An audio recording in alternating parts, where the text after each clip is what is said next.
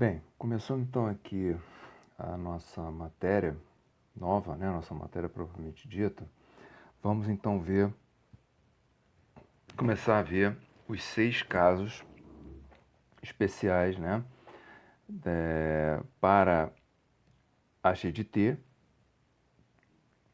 ou seja, para a função que entra aqui do lado direito da equação, né? Já sabemos como lidar com essas 7 funções básicas, com a transformada dessas 7 funções básicas. Agora nós temos que aprender a lidar com a transformada de cada uma dessas novas funções aqui, dessas 6 funções. Então, na aula passada, eu expliquei, né, o porquê disso, né, o porquê que a gente tem que prosseguir, se aprofundar do ponto de vista físico, encarando, repetindo, né, que nós temos um sistema, que é um sistema físico modelado por uma equação diferencial, e o lado direito dessa equação ele representa o estímulo, ou seja, a entrada no sistema. E a solução da equação vai nos dar a resposta do sistema para aquela entrada, né? Isso tudo usando a transformada devido ao tipo de equação que a gente está trabalhando. Bom, então a gente vai começar a ver aqui o caso 1, o caso 2 e o caso 3, né? Agora, o caso 1, né, é o caso em que nós temos uma função g de t que na realidade é igual a uma função f de t multiplicada por uma exponencial e elevado a t, ok?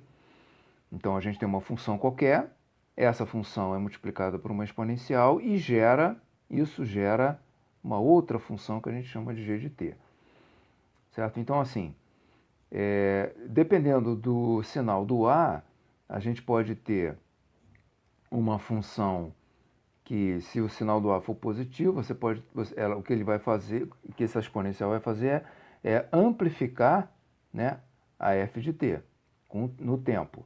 Se o A for negativo, ela vai amortecer vai decrescer essa função f de t no tempo. Mas, de qualquer forma, né, para todos os efeitos, qual é que a gente precisa saber? É a Laplace disso aí, é elevado a t, f de t. Como é que fica a Laplace disso aí? Bom, aí aqui no material, né, a gente tem o desenvolvimento, né, disso aqui, ou seja, a gente bota o ft elevado a t dentro da expressão da transformada, ou seja, multiplicando por e elevado a menos st. Aí, como a gente tem aqui duas exponenciais, né, potências de mesma base, a gente agrupa dessa forma aqui, né? Lembrando que o sinal do S é negativo, então a gente agrupa dessa forma que está aqui. E isso, na verdade, é f de t multiplicado por e elevado a menos SA menos A vezes t. S menos A vezes t. Então, na verdade, é como se fosse Laplace da f de t quando S tende a S menos A, que, na verdade, pode ser dito que é a transformada para S menos A, né? A gente lembra que f de t, quando transformado, nos leva a uma f de S, né? Então, o que a gente está vendo aqui é que Laplace dessa situação aí, com a exponencial, é a mesma coisa que Laplace da f de t, dessa própria f de t, quando S é substituído, ou tende, né, para S menos A. Então, o que a gente vai ter é o f de S menos A. Ou seja, é a mesma transformada que a gente tem aqui, só que é alterada dessa maneira aqui, certo? E o que significa essa alteração aqui? Menos A. Essa alteração significa uma translação, né? Uma translação ou um deslocamento da função, né? Da função. Então é o que está escrito aqui. É a f de S deslocada ou transladada do valor A. Agora, o que significa uma função transladada? O que significa transladar uma função? Aí a gente tem que olhar aqui para essa figurinha aqui, Imagina que eu tenho a função básica aqui, f de t igual a t. Então, essa reta aqui passando pela origem. Se eu agora coloco f de t é igual a t menos a, o que eu vou fazer é trazer a mesma reta paralelamente, né, para o lado direito. E se eu colocar t mais a, eu vou levar essa reta paralelamente para o lado esquerdo. Tá? Então, transladar uma função é simplesmente pegar a função, seja ela qual for, né, seja a função que for, né, isso aqui é transladar para um lado ou transladar para o outro. Mas você não altera a curva, né? Você simplesmente leva para um lado ou leva para um outro, né? Quando a gente está tratando de funções temporais, essa translação ela tem um sentido mais físico, mais intuitivo, que é o seguinte: se você tem uma função que está aqui originalmente e você traz ela para cá, o que acontece? Para um dado instante de tempo, por exemplo, para esse instante de tempo aqui, essa função transladada, ela vai ter o valor, aqui vamos dizer, tempo e f de t, né? Então, para esse valor de tempo aqui, t1, eu vou ter esse valor para f de t1, para essa curva. Agora, se fosse na curva original, onde é que está o f de t1? Ia estar, vamos dizer, aqui. Então, ele ia estar aqui, né? F de t1 estaria aqui. Isso quer dizer o seguinte, agora, quando que a f original, a função original, que é essa daqui, quando que ela atinge esse valor aqui? Nesse instante aqui, ó. Nesse instante aqui. Então, significa que é um instante anterior, né? Vamos chamar isso aqui de t0. Esse é um instante anterior a t1. Então, o que quer dizer o seguinte, essa função original, em relação à função transladada para a direita, ela está adiantada, né? Porque as coisas acontecem antes. Então, olhando agora para o lado, para a função transladada, o que a gente pode dizer é que essa função ela é atrasada, ou seja, as coisas acontecem depois, né? É uma função atrasada em relação à função original. E se a gente levar, então, isso se a gente fizer, por exemplo, f de t menos a.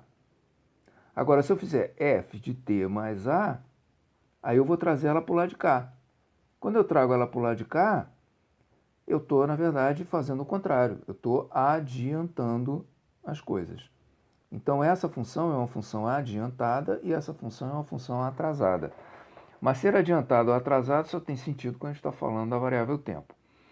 Mas, enfim, o efeito que a exponencial, o efeito de multiplicar uma função qualquer no tempo por uma exponencial é atrasar a função ou adiantar a função, não, a transformada. Ou você tem f de s menos a, ou você tem f de s mais a, dependendo do sinal do a, ok?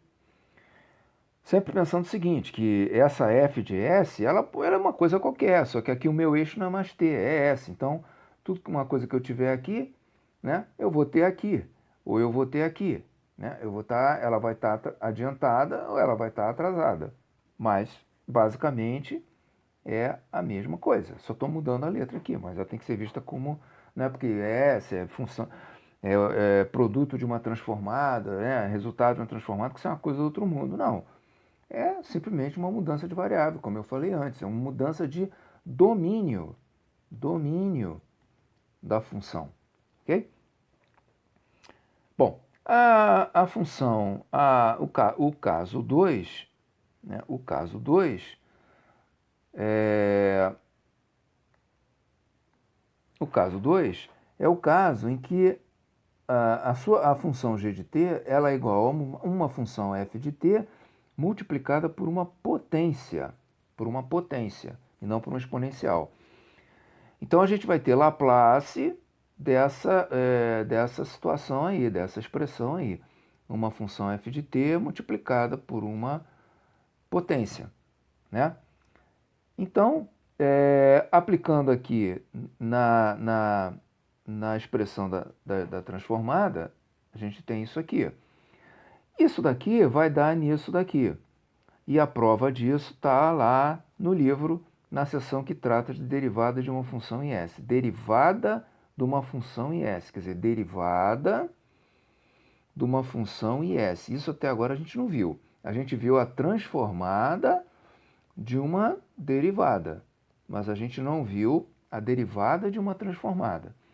Bom, então lá onde está a parte do livro que eu passei para vocês, dizendo, tratando, a seção que trata da transformada na derivada, é a seção onde está tratando esse caso aqui. Porque justamente na expressão, né, do resultado que a gente precisa usar, aparece a transformada de uma derivada.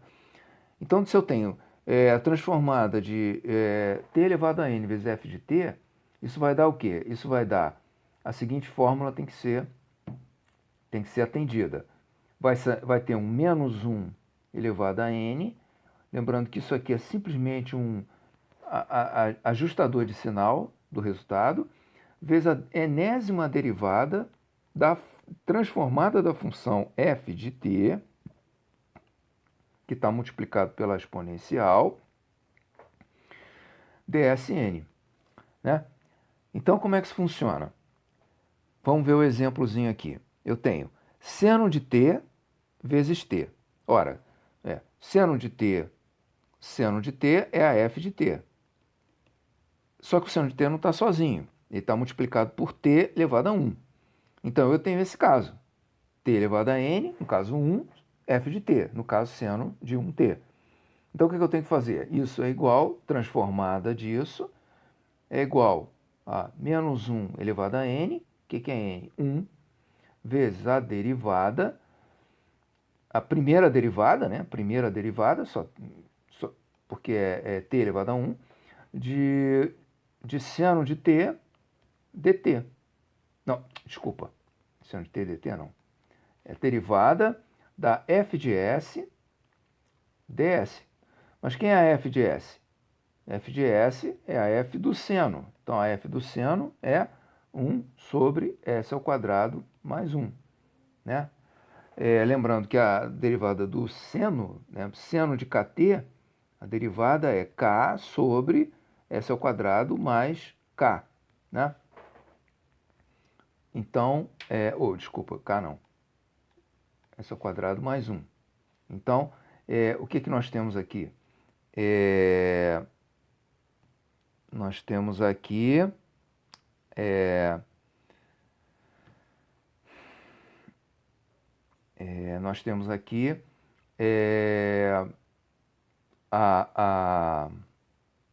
o k é igual a 1, né? Então isso aqui, então vai entrar um 1 aqui, ok? Aliás, aqui eu estou falando besteira, que é k sobre s ao quadrado mais k ao quadrado. Então, como k é igual a 1, k igual a 1 vai ficar 1 sobre 1 ao quadrado. Então, vai ficar 1 sobre s ao quadrado mais 1 ao quadrado. Ok? Então, então nós temos isso aqui. Aí a gente vai derivar, a gente vai derivar, né? A gente vai derivar isso aqui. A derivada disso aqui é isso aqui, derivada da divisão, né? E o resultado, então, aí tem o menos 1 elevado a 1, menos 1 vezes menos 2s sobre s ao quadrado mais 1 ao quadrado, troca o sinal, fica 2s sobre s ao quadrado mais 1 ao quadrado. Tá? Então, esse é o resultado. Ok? Então, isso aí essa expressão, esse caso aí não tem muito mistério, tal. É simplesmente uma receitinha de bolo aí que decorre lá das questões lá de derivada de transformada, tá? Bom, então agora vamos passar para o caso 3. O caso 3 é o caso mais trabalhoso aqui, que é a função contínua por partes. Então, primeiro vamos entender o que é uma função contínua por partes. Então, a função contínua por partes, eu já tinha adiantado, tenho aqui t, e eu tenho uma coisa que tem uma história, né? É uma história não convencional. Por exemplo, isso aqui. O que acontece? Essa função, ela é uma coxa de retalhos, né? Ela, na verdade, é uma combinação de funções, né? Então, eu tenho uma primeira função aqui, eu tenho uma segunda função aqui, eu tenho uma terceira função aqui, eu tenho uma quarta função aqui. Então, essas funções, cada função dessa, ela é contínua no seu intervalo de tempo, tá? Então, vamos dizer que eu tenho aqui uma parábola, que eu tenho uma constante, que eu tenho uma reta negativa, que eu tenho uma reta positiva. Então, nesses intervalos aqui, elas são contínuas. Então, mas a função como um todo, ela é contínua por partes. Quer dizer, essa é uma parte, essa é uma parte, essa é uma parte, essa é uma parte. E aí o que acontece? Uma função desse tipo, ela tem que ser declarada dessa forma aqui. Ou seja, uma determinada g de t, que é a que a gente está usando, ela é igual a uma determinada função num determinado primeiro intervalo, de 0 a a. No segundo intervalo, ela já assume a forma h de t de a a b. Num terceiro intervalo, ela assume a fórmula m de t para t maior que b. Então, é uma função que tem três partes, né? A gente vai usar como exemplo. A pergunta é, como escrever g de t de forma direta? Por quê? Porque eu preciso fazer Laplace de g de t, né? Eu preciso fazer Laplace de g de t. Então, eu não posso ter g de t dessa forma, essa forma aí, né? Que você tem a coisa descrita dessa forma. Então, eu tenho que aplicar Laplace. Então, para eu aplicar Laplace, eu tenho que escrever que g de t, não posso escrever assim, eu tenho que escrever que é igual a uma expressão horizontal aqui, tá?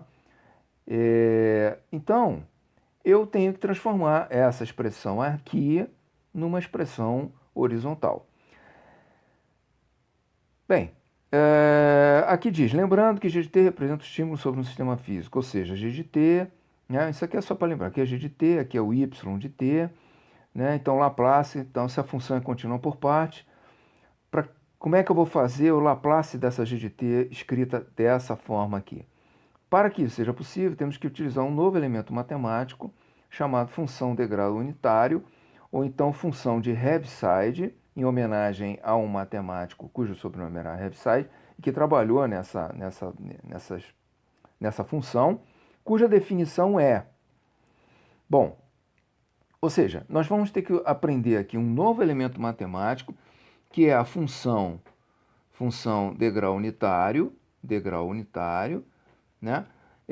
Que é uma ferramenta matemática que permite, né, que a gente consiga escrever uma função contínua por partes como uma expressão horizontal, ou seja, g de t é igual a uma coisa, mais outra coisa, mais outra coisa, né, de maneira que a gente possa aplicar Laplace nisso tudo aí.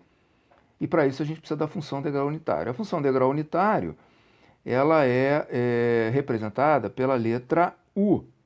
Pela letra U. Né? Pela letra U. U de t menos t1. Então, o que isso quer dizer é o seguinte, que ela é zero, essa função é zero, ela é zero para qualquer t menor que t1. E ela vai ser igual a 1 quando t for maior que t1. Então, é o que está aqui, ó. Eu tenho, aqui está t1, ela vai ser zero para qualquer coisa abaixo de t1. E ela vai ser 1, né? 1, vamos botar aqui o 1, para qualquer coisa, para qualquer instante de tempo acima de 1. Ok? Então, essa é a função de Heaviside, certo? É a função degrau unitário. Porque ela lembra mesmo um degrau, né? Ela tem essa subida aqui, e é 1. Esse degrau vai para 1, certo? Essa outra figura que está mostrando o seguinte, se T1, aqui tem T1, né? No instante que ela começa a ser 1. Se o T1 for igual a zero, a função degrau unitária é a própria função constante 1, né? Bom, então a gente vai fazer aqui então um exercíciozinho, né, de montagem de uma função dessa. Então, como é que eu vou montar essa expressão que está aqui? Então, a primeira parte dela, f de t. Então, a g de t vai ser igual a g de t vai ser igual a f de t na primeira parte, ou seja, de 0 a a. Então, o que eu tenho que fazer? Eu tenho que pegar a f de t e multiplicar por alguma coisa que corte tudo que está depois de A e só fica aquele pedaço antes de A. Ora, a degrau unitário, a gente acabou de ver que ela faz isso, né? Como uma tesoura, né? Uma função tesoura. Se eu multiplicar por U de t menos A, né? Na verdade, eu vou ter o efeito contrário. Eu vou ter a função só a partir de t menos A. Mas eu quero a função de 0 a A. Então, não é isso que eu tenho que fazer, né? Eu tenho que fazer o seguinte, eu tenho que pegar a função inteira e subtrair dela multiplicada pela u de t menos a. Por quê? Porque quando eu multiplico ela pela u de t menos a, o que vai acontecer? Vamos dizer que ela esteja aqui. Se eu botar aqui a e multiplicar ela toda por u de t menos a, o que eu vou fazer? Eu vou cortar isso tudo aqui e vai ficar só isso. Agora, se eu fizer a subtração dela toda, né, ela toda, subtraída do que eu deixei, que foi isso daqui, vai sobrar o quê? Vai sobrar o que foi cortado. Tá? Então, para que eu consiga manter a função de 0 a A, eu tenho que fazer essa operação aqui. Ok? Esse é o primeiro pedaço. O segundo pedaço é o h de t. Aí o h de t, o que está escrito aqui? H de t vai valer no intervalo de A a B, certo? T entre A e B. Ora, então agora é o contrário. Agora não é de 0 a A. Agora é de A a B. A a B. Então essa agora é H de T. Né? Então vamos dar uma olhada aqui na expressão. A primeira parte está aqui, ó. F de T menos F de T vezes U de T menos A, que seria essa curva azul aqui, azul escuro. Ok? Agora eu quero manter, então, que ficou esse pedacinho aqui, ó. Está indicado aqui com essa setinha aqui. Agora eu quero esse pedaço aqui. Esse pedaço aqui. Então o que eu vou fazer? Eu vou pegar a H, que é o azul claro, toda, e vou cortar o início e o final depois do. Eu vou cortar o que vem antes de A e o que vem depois de B. É para cortar o que vem antes de A e o que vem depois de B, eu vou fazer o seguinte. Eu vou pegar H de T, U de T menos A, né? Quando eu faço essa primeira multiplicação aqui, eu estou preservando tudo que vem depois de A, só que eu quero subtrair tudo que vem depois de B. Então eu tenho que pegar ela também, ela inteira, e multiplicar por U de T menos B. Quando eu estou fazendo essa multiplicação, eu estou preservando o que vem depois de B. Ora, se eu estou subtraindo o que vem depois de A, tudo que vem depois de A, por tudo que vem depois de B, só vai ficar o que está entre A e B. Porque o que está antes de A já foi cortado aqui. Então, a expressão agora, a parcela agora tem que ser isso, né? H de T vezes U de T menos A, eu corto o que vem antes de A. E deixo tudo o que vem depois de A. Só que eu só quero que fique o que está entre A e B. Então eu tenho que cortar tudo que vem depois de B. U de T menos B. E aí eu fico com a parte H definida. E a parte M, que é o finalzinho, eu vou fazer o quê? Eu vou multiplicar simplesmente por U de T menos B, porque aí eu vou deixar tudo que vem depois de B e vou cortar tudo que vem antes de B. Então, a minha expressão fica exatamente isso que está aí, né? O G de T. Beleza. Então, eu peguei uma G de T contínua por partes que estava escrita assim e transformei numa G de T agora escrita assim, né? Como uma expressão horizontal. Feito isso, então agora eu vou ter que aplicar Laplace em G de T, já que eu tenho uma expressão horizontal. Porém, a minha G de T, o que acontece? Ela está impregnada com a U, com a degrau. E como é que eu vou fazer Laplace dessa G de T se eu não sei como é que faz Laplace da U? Né? Da U de T menos T1, ou T menos A. Eu não sei. Então, primeiro eu tenho que ver como é que fica o Laplace da U, né? Para depois, então, ver como é que fica o Laplace de qualquer coisa multiplicada por U. Bom, então, primeiramente, vamos ver como fica Laplace da U, né? Então, é o que está escrito aqui, ou seja, antes de mais nada, né, eu quero o Laplace da g de t, só que a Laplace da g de t, ela está com esse tipo de expressão, e eu não sei como trabalho com isso, né? Eu vou simplesmente mudar T1 para a letra A, certo? E eu vou passar TU de T menos A. Então a primeira coisa que eu vou fazer é como é que fica Laplace de U de T menos A, certo? Laplace de U de T menos A, eu coloco lá dentro da expressão da transformada. Integral de zero a infinito de U de T menos A L menos ST. Mas eu sei que até A, essa U vai cortar tudo, vai eliminar tudo. Então eu posso quebrar essa integral em duas. Uma integral de 0 a A somada com a integral de A a infinito, da mesma coisa. Então eu sei que tudo que está entre 0 e a U vai matar. Então, isso aqui é igual a zero. Sobra o quê? Sobra o outro pedaço. U de t menos A é menos st dt de A a infinito. Mas eu sei que U de t menos A é igual a 1. Então, na verdade, o que eu tenho que fazer é integrar E elevado a menos st dt, né, de A a infinito. Ou seja, eu vou integrar o núcleo da transformada, a função núcleo, que é a exponencial negativa, só que eu não vou integrar ela de zero, eu vou integrar de A a infinito. Integrando isso aqui, a integral da exponencial dá menos 1, menos aqui, né? Menos 1 sobre S é elevado a menos st de A a infinito, que dá menos 1 sobre S, né? É elevado a menos infinito S, menos A elevado a menos AS. Uma coisa elevada a menos infinito vai zero, sobra isso daqui. Tem um menos aqui, tem um menos aqui, fica positivo. 1 sobre S é elevado a menos AS. Logo, Laplace de U de t menos A é 1 sobre S vezes E elevado a menos AS. Ok? Se o A é igual a zero, é aquele caso que a degrau começa no zero. Então, se ela é igual a zero, U de t menos A é U de t, né? Porque o A é zero, U de t é 1, é a primeira função básica, é a função constante. E a gente sabe que a transformada da função 1 é 1 sobre S, que é a primeira coisa que a gente aprende lá da tabela de transformadas. Beleza. Aí vem aquela história, mas o que eu estou querendo saber é Laplace de uma f de t, U de t menos A, porque é esse tipo de coisa que aparece na minha expressão do g de t.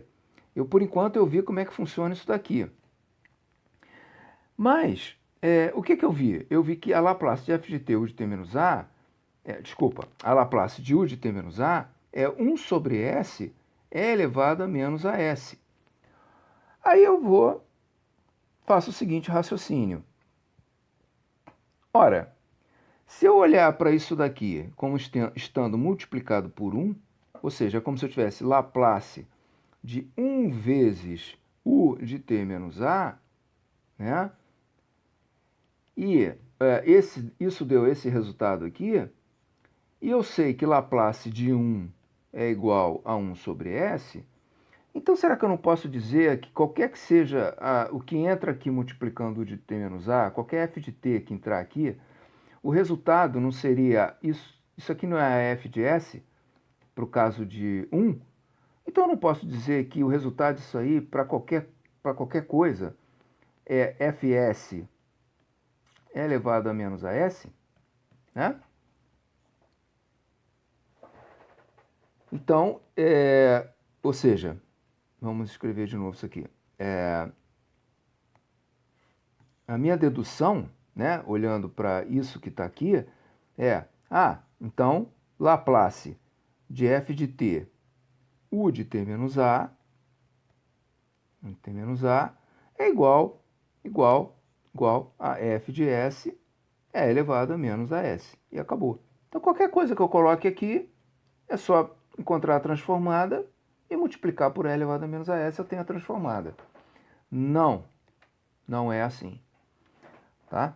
Isso só é verdade, e a gente vai ver o porquê, quando a gente tem... Isso só é verdade quando a gente tem o seguinte, Laplace de f, não de f de t, f de t menos a, U de t menos a. Certo? Isso sim é f de s e elevado a menos a s. Então existe uma diferença. Aqui eu tenho uma função transladada no tempo. Aqui eu não tenho a função transladada no tempo. Ok? Então isso aqui só é verdade para isso aqui. E isso a gente vai ver aí mais à frente o porquê. Tá?